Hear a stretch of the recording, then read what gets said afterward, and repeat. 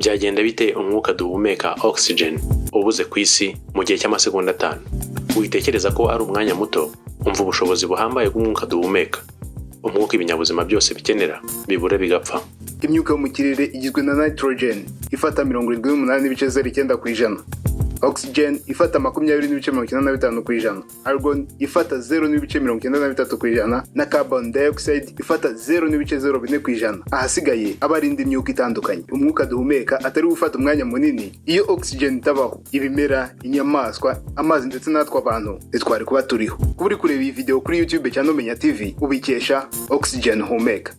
Reka turebe uko byagenda oxygen iramutse ibuze mu gihe cy'amasegonda 5. Kuba oxygen ifata umwanya munini mu myuka mu kirere ifasha cyane mu gusakaza urumuri rw'izuba, aribyo bituma tubasha kubona amabara atandukanye. Oxygen ibuze byatuma urumuri rw'izuba rutabasha kwikubita ku myuka ihagije mu kirere. Urumuri rwakomeza kugera ku isi ariko rukahagera nko mu buryo ruva ku zuba. Buri wese yahita abona ikirere cyose gihindutse umukara.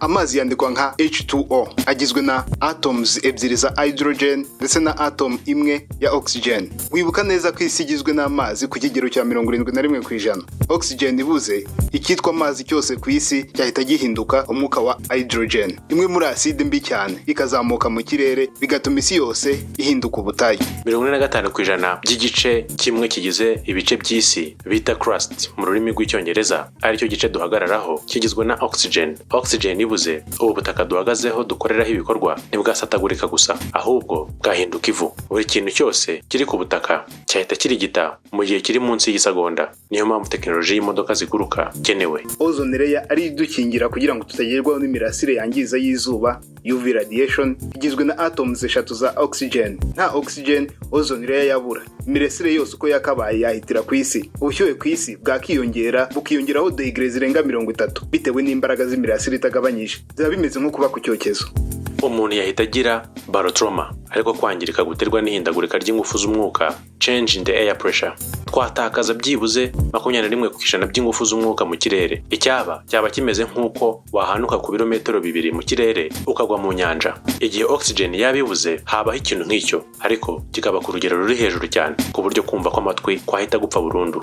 Mu kirere ikintu cyose gikenera oxygen cyahita kigwa. Aha harimo indege zikoresha moteri, kuko itwika ry'izo moteri riterwa na oxygen kugira ikore. Ibisiga, inyoni ndetse n'utundi dusimba tuguruka twabibona bigwa ku butaka. Ikindi kandi igihe oxygen yabibuze mu gihe cy'amasegonda 5, inyamaswa zose ziri ku isi zahita zipfa. Abafite amatungo bayabona yose ari hasi.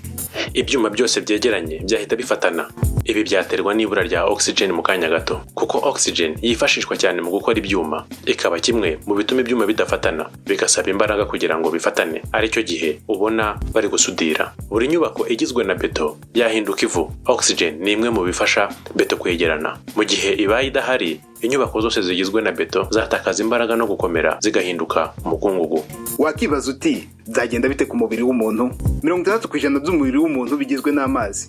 Mico mu bushakashatsi yasohoreye muri Journal of Biological Chemistry bugaragaza ko 73% by'ubwonko n'umutima ari amazi, 83% by'ibihaha ni amazi. Bwerekanye kandi ko 64% by'uruhu ari amazi, naho 79% by'imitsi n'impyiko ni amazi. Nuko amagufa nayo akaba afite amazi ku kigero cya 31%. Dr. Jeffrey Hughes yavuze ko igihe umwana avuka amazi ari mu mubiri we aba ari ku ijanisha rya 78%. Oxygen bayibuze, amazi yose ari mu mubiri w'umuntu ahindukamo gaze ya hydrogen. Umubiri w'umuntu ntiwakomeza guhagarara, wahita uhinduka ivu. Niba warabashije kureba filime ya Marvel yitwa Avengers Infinity War, zamera nka kurya byagenze Thanos akura oxygen mu mubiri y'abantu. Muri rusange, nyuma y'amasegonda 15 gusa umubiri utinjiza oxygen uhita utubwenge. Nyuma y'amasegonda 90 uba wamaze gupfa. Nubwo amasegonda 5 ari make, ariko uyu mwuka duhumeka ubuze ahantu hose yaba ari impera y'ubuzima. Ni iby'agaciro ko dufite oxygen ko uri kuyihumeka.